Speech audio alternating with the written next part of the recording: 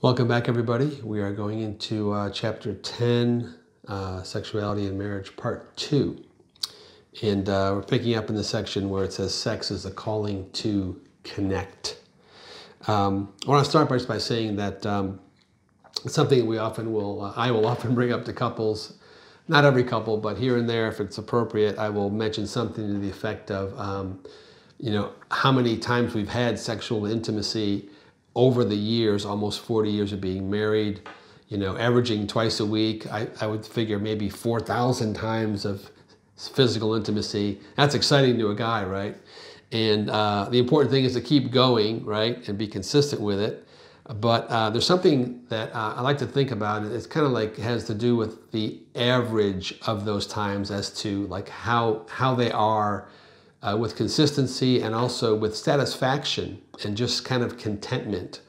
And the point that I make is that it's not about like hitting a home run every time or having an expectation that it's going to be a 10 like it is in the movies where it's scripted and acted out. So it's important to be realistic in our expectations of sexuality.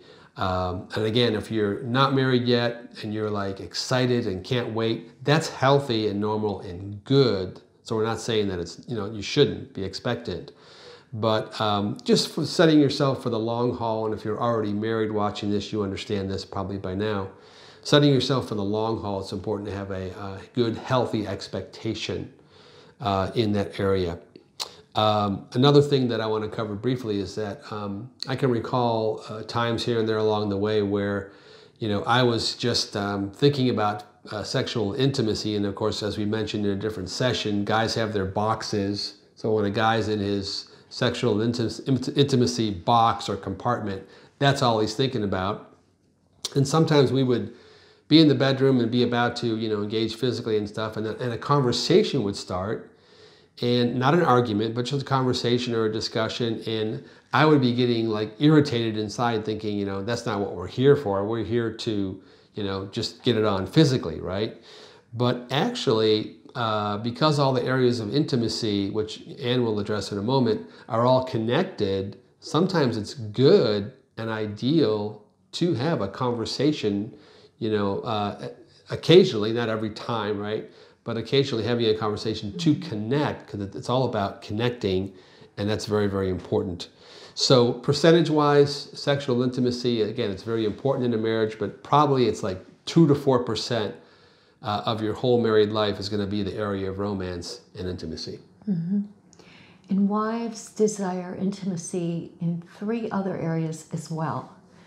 A woman wants to feel a connection with her husband, and just the sexual area will not totally make her feel connected. She needs connection spiritually, emotionally, and intellectually as well. When you think about it, especially if you're still in your engagement period, how did you get to know one another? Those 3 areas were the areas that you experienced getting to know one another. And so they're very important for developing a relationship, and they're very important for maintaining a relationship. But of course, the sexual intimacy part of a marriage, even though it's small, as Mike has said, time-wise, it is very important. And so we want to be sure that we have all 4 areas going in our marriage. Now, it may sound funny to you, but there's something that we do, and psychologists actually recommend it, and that is scheduling our times of intimacy. We didn't always do that, but we have done it for years, and it really, really helps to be sure, because that part of your marriage is so important. You don't want to leave it to chance or to mood. So Amen. Let's be sure that we do that. Now, what about spontaneity? Well, spontaneity is wonderful. But in our busy lives, spontaneity doesn't always happen. And so we want to be very careful to be sure that we're scheduling or making sure that it's happening one way or another. For us, scheduling works really, really well. Now, in his book, The Meaning of Marriage, Timothy Keller says, sex is perhaps the most powerful, God-created way to help you to give yourself entirely to another human being. Sex is God's appointed way for two people to say to one another, I belong completely, permanently, and exclusively to you. Keller also gives this summary. A covenant is necessary for sex. It creates a place of security, for vulnerability and intimacy. But though a marriage covenant is necessary for sex, sex is also necessary for the maintenance of that covenant. It is your covenant renewal service. Amen. And when you think about it, with 7 billion people on the planet, and there's one person that you're intimate with exclusively, that really kind of narrows it down. So it's really, really important. There's a section in here that is entitled Honor One Another, and I'm going to put a website up on the screen of a marriage resource that I recommend. And if you go to that website and check it out, it's got a lot of great material. But honoring one another is so important.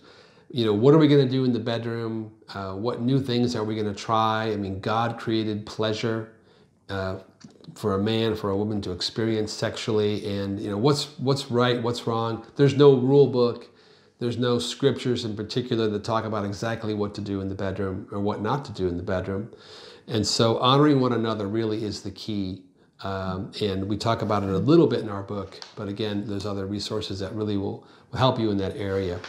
And also there's a section in our book where we quote from another author. I'll put that book also up on the screen. But the title, The 7 Characteristics of a Creative Lover, is the portion that's quoted here in our book. Things like being carefree, being eager, being creative.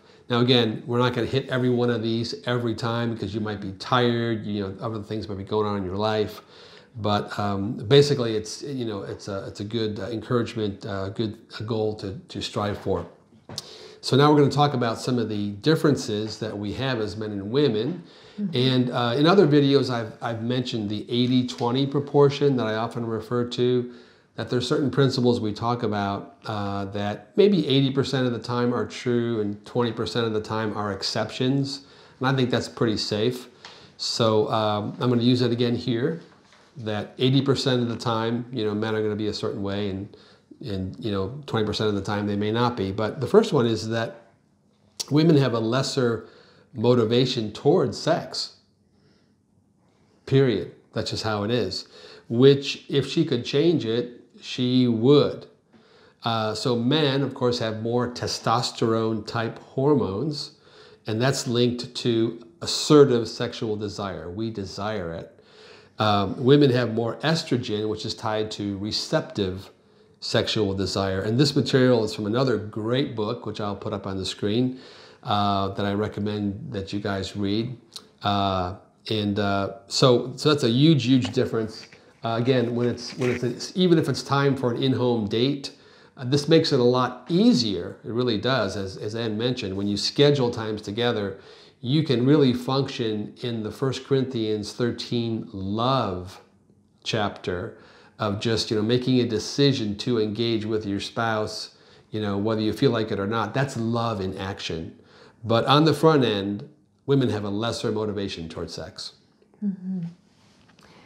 Also, a woman needs more time to get in the mood. This is where we were talking about scheduling, but for me, scheduling removes the tension, because sometimes spontaneity for a wife catches her off guard, and it's challenging. For instance, especially when our children were small, and when you have children, if you're not already married, you know that it's exhausting sometimes to be a mom, and you just want to drop into bed. So you need to have a heads up about it, because otherwise it can be a source of conflict. So that really helps to schedule. I don't want to emphasize that too much, but just to let you know that, for instance, if scheduling is not something that you want to do, it would be wise for a husband to say something to his wife, in the morning or in the afternoon or in the evening to kind of prepare her for that. But also, it does give her an opportunity to say, oh, I am so exhausted, or I have this coming up tomorrow and I need to get up early. Could we wait till tomorrow night or whatever? Just to kind of, it's part of that honoring, part of that preferring, part of that loving. But I also agree that there are times when you are tired and you just give yourself regardless of being tired, because it is very, very important for that 1 Corinthians 13 love to be active in your marriage. For most guys, if they hear their wife say, I'm tired, I have to get up early in the morning, can we wait till tomorrow night? A guy instantly marks that, engraves that on his calendar, in his heart, and he's already anticipating the next night, because that's just how most guys operate. We look forward to it in a totally different way because of those hormones. And then thirdly, the third point is that, guys, your naked body, no matter how buff you might be from going to the gym, does not by itself turn on your wife sexually. Now, guys, again, we are visually oriented. That's how we're made. So a guy sees an attractive woman and he doesn't even do anything, but there's a dial that moves inside of him. Something happens and it's kind of automatic. The needle moves on the meter. It's like, wow.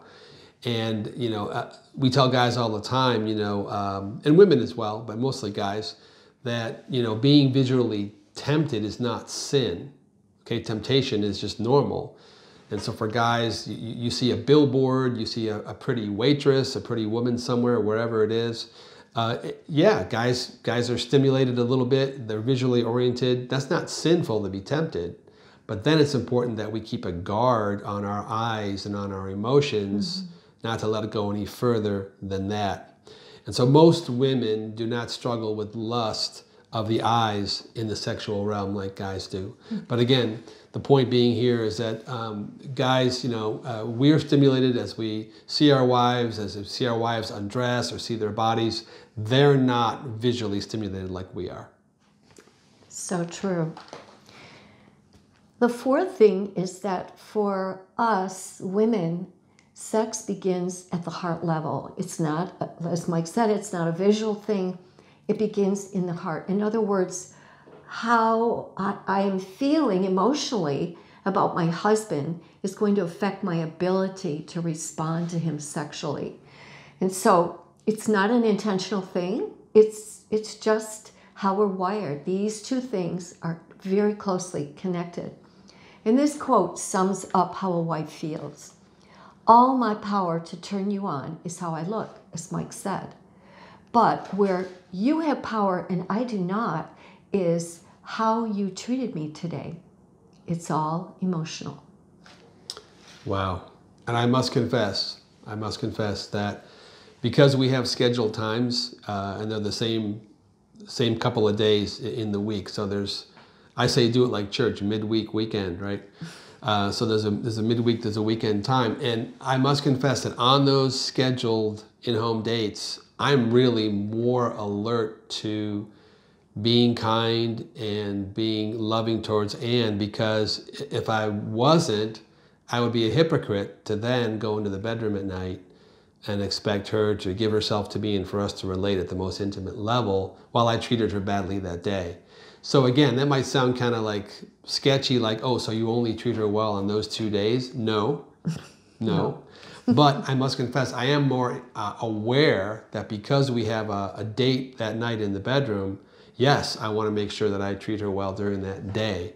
But I'm sure I treat her well on other days as well, yes, not just on those 2 days. Yes. So men need to understand this connection. And so just to wrap it up, to close it, I want to just summarize from the last page in this chapter that the way I kind of look at sexuality is kind of through the grid of painting. It's kind of like an accent color. So again, on the front end, especially for guys, on the front end, it's like they just cannot wait to be married, to have sex, and they're both looking forward to it, and the chemistry's flowing. But once you're married, it kind of gets assimilated into the rest of life. And it's kind of like an accent color. So it's not, an accent color is not on all the walls, but it adorns the whole picture in a very beautiful way, and it brings out the rest of the colors.